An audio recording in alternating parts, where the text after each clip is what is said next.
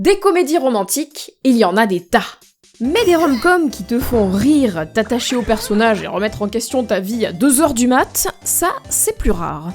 Quand on pense à la romance, c'est souvent le shoujo, le manga destiné aux filles, qui vient à l'esprit de beaucoup de monde.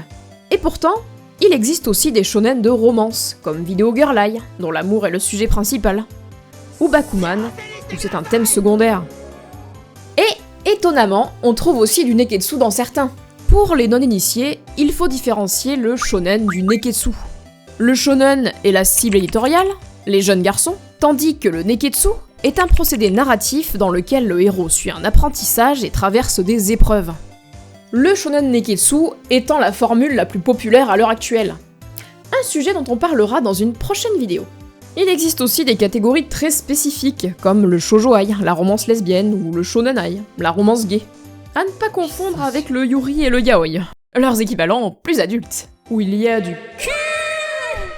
Enfin, en général, en vrai, c'est pas aussi clair, ça dépend des pays. Mais on en parlera une autre fois.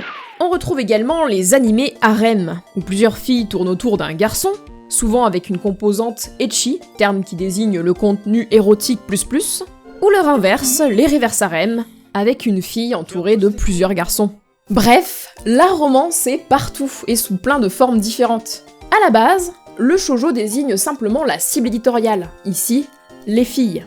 Mais force est de constater qu'il est encore trop souvent associé à la romance, tout comme le shonen est associé à la baston ou à la persévérance, donc le neketsu.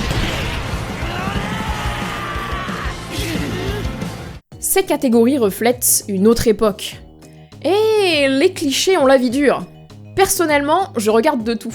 Des romances shonen adorables, du shoujo assez classique, du boys love et même du shoujo ai. Bonjour à tous, c'est Wayfood. Bienvenue sur ma chaîne où on parle d'animés, de jeux vidéo, de bouffe et de culture japonaise. Abonnez-vous mes petits coquinous.